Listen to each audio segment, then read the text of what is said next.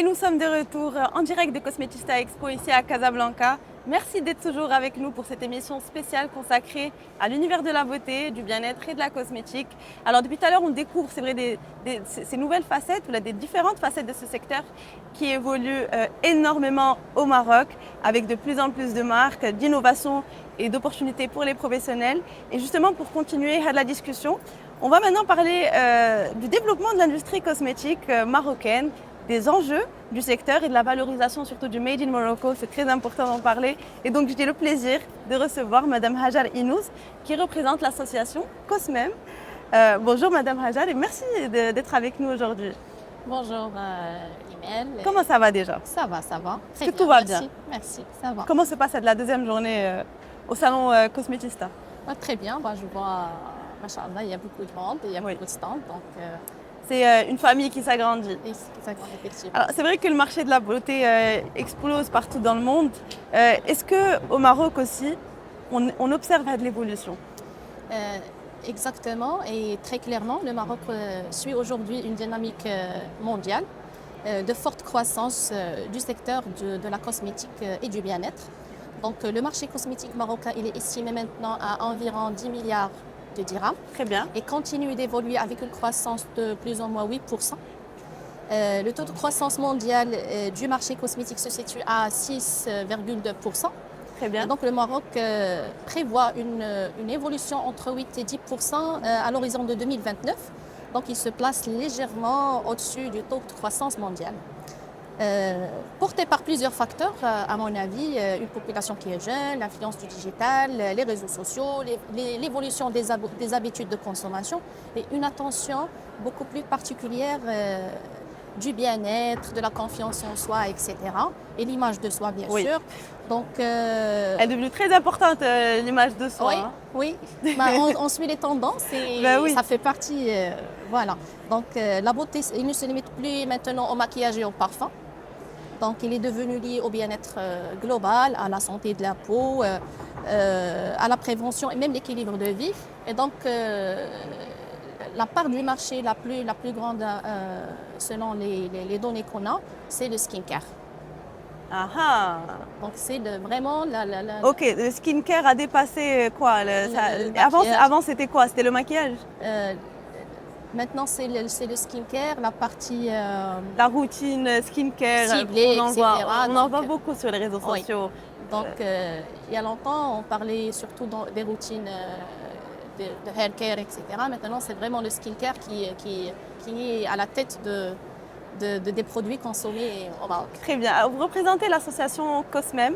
Pour ceux et celles qui ne connaissent pas Cosmem, quel est votre rôle exactement?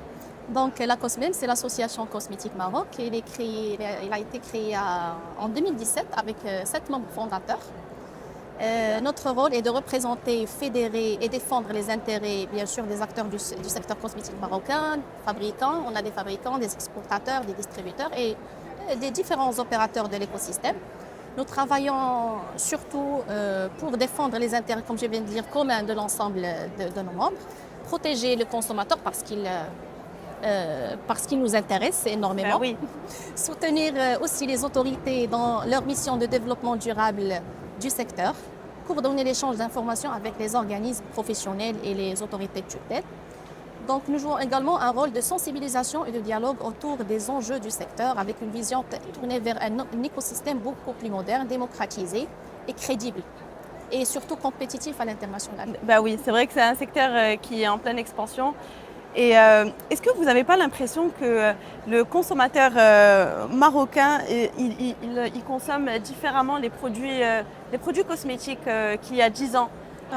Si on fait une comparaison par rapport à ce qui se passe aujourd'hui, c'est-à-dire l'évolution, est-ce que vous ressentez qu'il y a peut-être plus une forme d'exigence de la part du consommateur maintenant? Oui, énormément. Donc déjà, il faut parler des pratiques de beauté. Donc il y a peut-être avant 10 ans, les pratiques de beauté marocaines traditionnelles. Donc on avait ce qui est le savon noir, l'argile, l'huile d'argan, etc. Ouais. Et il joue toujours un rôle, offre toujours des alternatives naturelles et peu coûteuses aux produits et puis nous, on adore revenir au naturel. Exactement. C'est la partie ingrédient, il est très importante pour le consommateur marocain. Donc les remèdes maison, ils restent toujours. Ils restent toujours utilisés, en particulier dans les zones rurales et même dans les populations qui sont sensibles au coût. Maintenant, le consommateur marocain, aujourd'hui, il est beaucoup plus connecté. Il est informé, il est exigeant qu'il y a 10 ans. Il y a l'intelligence artificielle. Maintenant, on peut tout simplement prendre un produit, prendre une photo de la maquette et l'envoyer à ChatGPT. Il nous dit la nature des ingrédients, est-ce qu'il nous va au pain. Autre chose, donc, le digital a aussi complètement transformé la manière de consommer la beauté. Donc, les réseaux sociaux, les influenceurs, les dermatologues, on a plusieurs dermatologues sur les plateformes qui aident les gens, sur les plateformes digitales bien sûr.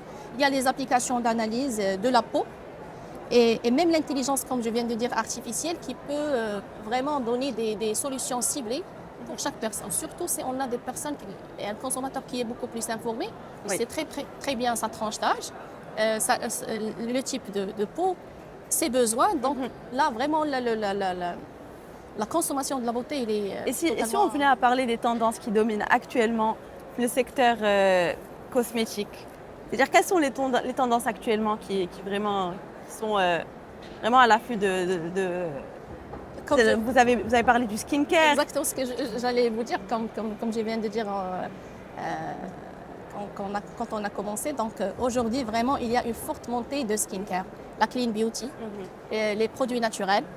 Et donc on parle de la naturalité, la clean beauty, mais aussi les produits à multifonction ou les plus ciblés. Ça veut dire ciblés à une problématique bien déterminée. Et le consommateur cherche davantage la transparence, les résultats visibles, les formulations qui sont plus rassurantes et des produits adaptés à son mode de vie, etc. L'intelligence artificielle. Elle est partout, cette intelligence artificielle. Dans ça, donc, et le digital prennent également une place de plus en plus importante dans l'univers cosmétique, notamment à travers le diagnostic, comme je viens de dire, de la peau, les recommandations personnalisées pour chacun, les applications de beauté et les nouvelles expériences digitales qu'on a. Et nous voyons aussi une forte influence et tendance internationale diffusée sur les TikTok, etc. Oui. Et les Marocains, on regarde. Donc, on adore tout ça. Et puis, je sais pas si vous allez être d'accord avec moi ou pas, mais avant, on achetait beaucoup de produits, peut-être des produits qui nous viennent de l'étranger. Or que maintenant, je sais pas, il y a une tendance où je ne sais pas si on peut appeler ça comme tendance d'ailleurs, mais peut-être juste un retour, comme on disait tout à l'heure à l'origine, retour au basic. Le Made in Morocco, je ne sais pas, c'est quelque chose qui marche tellement maintenant. C'est-à-dire le consommateur marocain, il est tellement plus à l'aise avec un produit marocain. Alors est-ce que, selon vous, le Made in Morocco dans la cosmétique, est-ce qu'il a aujourd'hui un vrai potentiel à l'international ?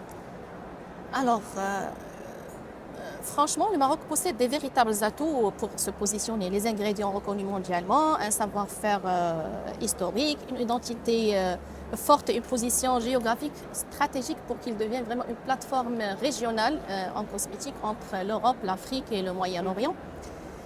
Aujourd'hui, les exportations marocaines des produits cosmétiques et d'hygiène connaissent une évolution. C'est vrai qu'on a toujours cette balance importation-exportation qui est lourde du cas d'un côté. d'importation. On importe beaucoup plus qu'on exporte. Oui, on importe beaucoup plus qu'on exporte, mais il y a une évolution, ça évolue. D'accord. Le potentiel du Made in Morocco ne repose plus uniquement sur l'authenticité ou les ingrédients naturels. Il faut vraiment qu'on prenne conscience de ça. Maintenant, pour exporter à l'international, il faut une montée en qualité, une industrie, une fabrication à l'échelle industrielle, une certaine conformité, sécurité, etc. Donc ça vient. Justement, vous trouvez qu'il y a suffisamment de contrôle sur le secteur cosmétique à Nafrel ? C'est un secteur qui est régulé. Honnête, oui, c'est un secteur qui est... Donc, je vais parler. On sent une hésitation. Un peu de oui, un peu de non quand même. Un peu de oui, un peu de non. Donc, de point de vue réglementaire, on a vraiment essayé d'avoir une plateforme réglementaire et réglementer le secteur cosmétique depuis 2012. D'accord. Ça, ça, ça a eu une très grosse progression un peu lente. Oui. On a deux cas de figure ou bien trois cas de figure. On a les produits qu'on importe. Il y a le contrôle de la douane. Là, on ne peut pas faire autrement. Il y a la douane, il vous demande le certificat d'enregistrement. Tu as le certificat, tu fais rentrer ta marchandise. Tu n'as pas, tu ne peux pas.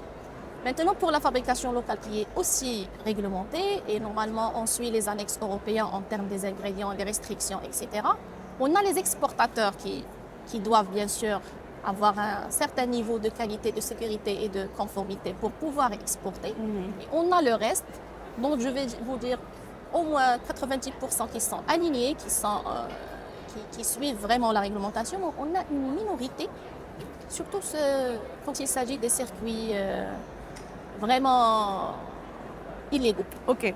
Donc, On parle des produits un peu contrefaits. Contrefaits. On parle par exemple d'une marque, bon je sens que c'était une marque, mais voilà, une marque qui est un peu connue. Et généralement on part dans des parfumeries ou là des fois des fois tu trouves une marque de luxe. Je ne connais pas. Ou là une marque de luxe. De luxe qui est contrefaite. Oh, comment ça se fait qu'une marque de luxe coûte 5 dirhams? Là on commence à se poser des questions quand même. Exactement. Et là je vais revenir au point du contrôle le secteur cosmétique. Normalement ça doit venir, ça va venir. C'est le in-market control. Ça veut dire on est là, on vient de commencer, on est sur la conformité réglementaire. Maintenant, on doit passer à un autre niveau, c'est le in-market control. C'est quoi le in-market? Ça veut dire qu'il faut contrôler le marché. Il faut avoir des inspecteurs pour ces cas-là que vous venez de dire, soit des marques qui sont connues contrefaites ou bien des marques vraiment qu'on ne connaît pas leur origine.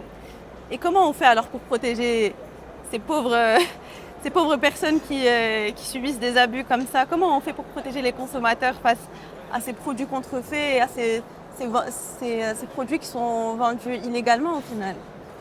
Alors, comme on est en train de faire, c'est la sensibilisation. Ça commence par la sensibilisation. Mais encore, il peut faire d'autres. Il est essentiel de privilégier les circuits fiables. Donc, il faut faire très attention et éviter les produits sans origine claire, sans traçabilité ou vendus uniquement via des circuits informels.